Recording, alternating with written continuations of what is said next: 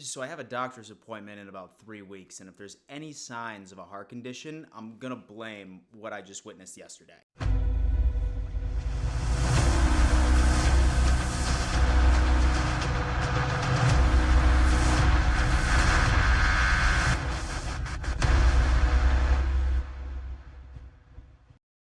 Yo ho ho, Bills Mafia. Welcome to yet another edition of the Dom Mafia Show. As always, your host, Dan Mitchell. Say that you're new here. I am an avid member of the Bills Mafia, and I regularly put out videos about the Buffalo Bills and the NFL in general. And if that is your cup of tea, I highly recommend subscribing to this channel, and as always, smashing the ever-living out of that like button. And yeah, Bills Mafia, I think I speak for everybody, where the Bills and the Dolphins game did not go nearly quite as expected. It was a complete shock by how close that game was. It was too close the entire game. I was very pissed off outside of the first quarter, and it really felt like we just ended up scraping by. However, we did end up advancing, which is the silver lining, and it is literally any given Sunday, especially when it comes into the playoffs, but I digress. With this video, I am going to be highlighting some of the things that I liked and then some of the things that absolutely pissed me off. The vast majority of this video is going to be things that pissed me off. Just a fair warning. Before we dive into any of that, though, I do need to give a giant shout out to today's sponsor, and that just so happens to be Prize Picks. Prize Picks is hands down the #1 player prop bet platform on the market today. Super easy to use. Simply just pick anywhere between 2 to 6 players, and as long as you predict their stats correctly based off of the projections that Prize Picks has in place, you have the opportunity of winning some serious cash. Best part about it is that Prize Picks is hooking up my audience. The second that you sign up, simply just type in the code DONMAFIA, and they will match your initial deposit 100% all the way up to $100. So it's essentially free money, and if you know what you're doing, you can easily turn that into easy money. So whatever you're doing, pause this video and download Prize Picks today. So I think I'm going to switch this video up where I start off on the negatives because I have a lot of things to bitch about today. Number one, I have to call out Ken Dorsey here. Now, this man's playbook has not only been predictable for many of these defenses, it just seems to have a lack of creativity as a whole.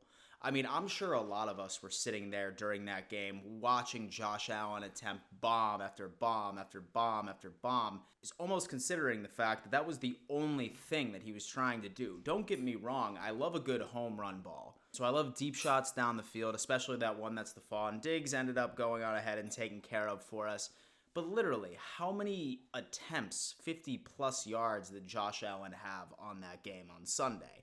I'm not going to sit here and blame Josh Allen for a lot of these interceptions that he's had this year because it seems like Dorsey is all or nothing sort of offense.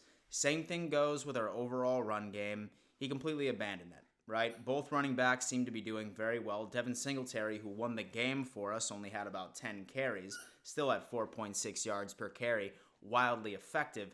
But it just seems that he was calling the weirdest passing plays, especially during some very key moments where I felt like we could have very simply just taken what the defense has given us. This game right here has really made me miss Brian Daboll, and I'm just hoping that for the love of God that Ken Dorsey has looked at the book from this previous matchup against the Miami Dolphins, and he's going to have something completely different while we have Cincinnati coming into Buffalo next week. Next up, I'm going to have to complain about the timeout management that Sean McDermott ended up putting into place. I mean, so if you were to think, this coaching staff only makes these dire mistakes in the playoffs. Last year, I think about the whole mismanagement for 13 seconds when you were trying to call prevent against Patrick Mahomes, and then now this game against the Miami Dolphins.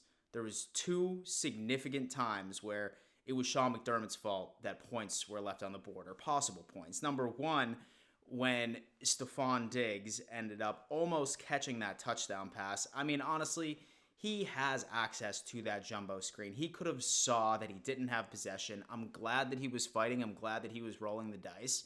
But come on, man. Listen, we could have had one more shot at the end zone. However, we ended up burning a timeout in that situation, and hence we only ended up settling for 3. Number 2, that 1 4th and down situation where it was 4th and 1 and Miami for some reason ended up going for a deep shot down to Waddle. We stopped that. our secondary took care of business right there. And he called a timeout seconds beforehand. We could have ended up having wonderful field position and making that happen and putting a nail in the head of that game. Now, granted, Kyer Elam did end up saving the day once it turned out to be 4th and 6, but 2 crazy timeouts that could have essentially cost the game. Our coaching staff needs to be a lot better. Now, as far as the interceptions and the fumble by Josh Allen, I know that I sound like a homer when I say this. So the only one that I really fault Josh Allen on was that first one on that absolute deep pass down to John Brown. That X just literally acted as one of our receivers right into the breadbasket. And so the other one with Cole Beasley literally just hopped off of his chest, not Josh Allen. And then the fumble was literally just a blown coverage on the offensive line. So really, at the end of the day, we need to clean those up because we kept that team in the game a little too long for my liking. Now, things that I have to go on ahead and shout out, our defense won us that game. Like, this is the positive section of this video. Kyer Elam, the player of the game, he had that interception that was momentum changing. He had that stop on 4th and 6th. And really just overall completely dominated whoever he was lined up against. Once Dane Jackson came down, he obviously elevated his play and did well. Matt Milano had a game, and Trey had a game. And so Tremaine Edmonds ended up having a game.